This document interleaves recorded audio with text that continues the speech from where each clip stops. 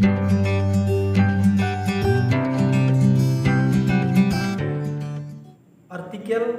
gereja harus menurunkan rakyat tersalib dari salib menanggapi gagasan teologi Elakuria bagian kedua. Artikel ini ditulis oleh Dr. Randus Abdul Bisey M. Hum. Diterbitkan Limen Oktober 2013 tahun 10 nomor 1. Artikel gereja harus menurunkan rakyat tersalib dari salib. Penulis hendak melihat bagaimana pendapat dari keempat tokoh yang berbicara mengenai teologi Elakuria yang berkembang di El Salvador dengan melihat relevansinya terhadap situasi di Papua. Karena kehadiran gereja di tengah persoalan sebagai tanda kehadiran Kristus sendiri. Selain itu, penulis menjabarkan artikel tersebut dengan memulai melihat tanggapan dari keempat tokoh, yang mana dari keempat tokoh ini memberikan tanggapan terhadap teologi Elakuria dengan perspektif yang berbeda dan khas. Penulis melihat relevansi gagasan dari Elakuria bagi kehidupan orang Papua masa kini. Sejarah keselamatan adalah keselamatan dalam sejarah. Inilah inti dari teologi Elakuria. Realitas sosial yang dialami oleh Elakuria pada masanya dengan konteks situasional yang terjadi di Papua pada masa kini. Berkaitan dengan konflik dan pertikaian politik, konsep-konsep pemikiran terkait dengan negara dan juga militeristik sehingga sampai pada penindasan dan ketidakadilan. Bagi Elakuria, antara umat Allah dengan dunia tidak dapat dipisahkan. Umat Allah ada dalam realitas dunia. Realitas dunia memperlihatkan situasi kemiskinan, ketidakadilan, dan penindasan. Bagi Elakuria, penyalipan terhadap rakyat.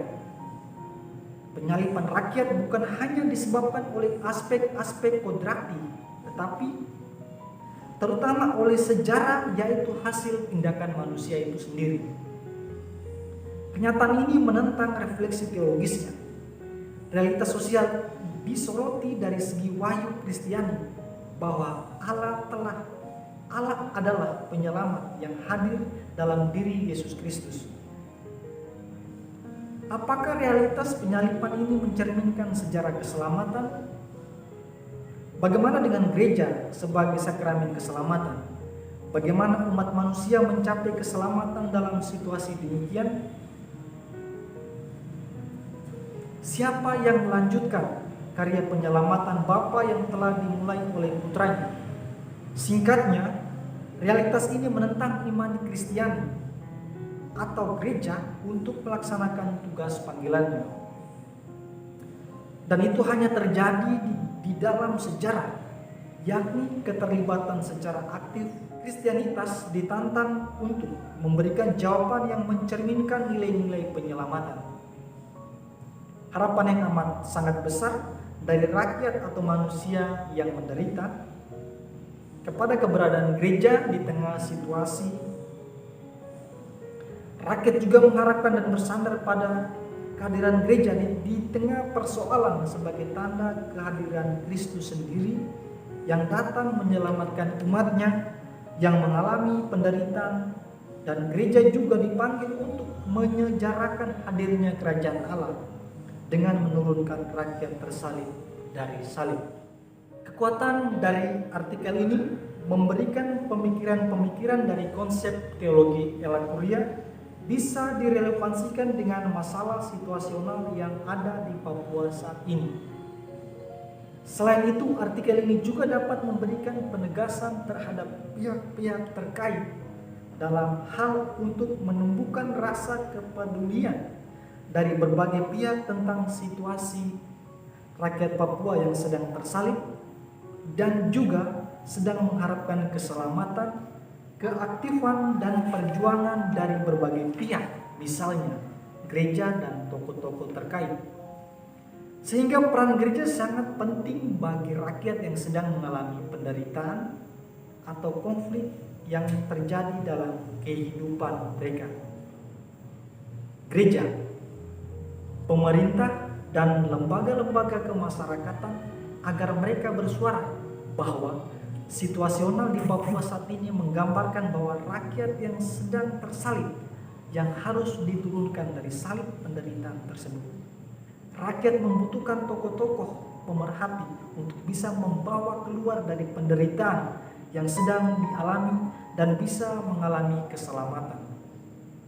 Dari artikel ini juga mengajarkan kita untuk perlu belajar dari sejarah, karena Ella Kuria beranjak dari fenomena yang menjadi sejarah.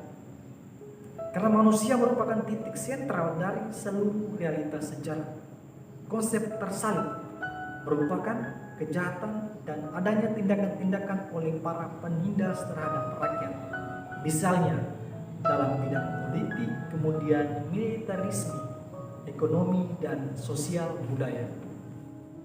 Kelemahan atau kekurangan dari artikel ini dapat dilihat dalam pembahasan mengenai persoalan antara rakyat El Salvador dan rakyat Papua. Rakyat El Salvador mengalami penderitaan yang sama dengan penderitaan yang dialami oleh rakyat Papua. Dari persoalan ini, dalam artikel tersebut, penulis menjelaskan bahwa gereja tidak hanya mampu membaca tanda-tanda zaman dan kemudian memahaminya, tetapi gereja juga harus mampu bersuara. Dalam situasi atau persoalan yang terjadi, gereja tentu harus bersuara. Namun, dalam artikel ini penulis seharusnya mampu menjelaskan secara detail bagaimana gereja harus menyampaikan segala duka, penderitaan, kecemasan yang dialami oleh rakyat Papua. Dan dengan cara apa gereja harus bersuara dan dalam situasi apa.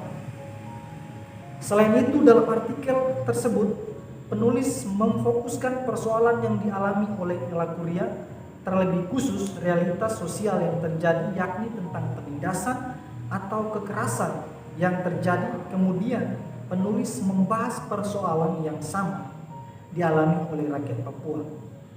Dalam penjelasan mengenai persoalan yang terjadi di Papua, penulis seharusnya memberi contoh persoalan yang akurat dan menjelaskan secara detail tentang penindasan atau kekerasan yang terjadi di Papua dan kapan penindasan atau persoalan yang dialami oleh rakyat Papua. Mengenai persoalan ini, penulis hanya menjelaskan secara umum mengenai kasus-kasus yang terjadi di Papua. Artikel ini baik dibaca oleh kita semua sebagai umat beriman, karena gereja itu sendiri ialah kita umat beriman. Kita perlu ketahui bahwa penderitaan yang dialami oleh sesama kita merupakan penderitaan kita bersama, dan luka yang dialami oleh sesama kita merupakan luka kita bersama. Jadi kita saling bahu-membahu mencari solusi yang tepat untuk menyelesaikan setiap persoalan yang dialami oleh kita saat ini. Artikel ini masuk dalam model-model teologi praksis, karena dalam artikel ini menjelaskan bahwa kehadiran gereja di tengah persoalan sebagai tanda kehadiran Kristus sendiri yang datang menyelamatkan umat manusia atau orang-orang yang menderita. Dan gereja juga dipanggil untuk menyejarahkan hadirnya kerajaan Allah. Gagasan tentang pewahyuan sebagai kehadiran Allah di dalam gereja, peristiwa hidup sehari-hari, dan struktur-struktur sosial dan ekonomi di dalam situasi penindasan dan di dalam pengalaman kaum miskin dan yang tertindas. Sekian hasil dari resensi saya. Tentunya resensi ini tidaklah sempurna. Silakan saudara-saudara memberikan kritik dan saran pada kolom komentar. Terima kasih.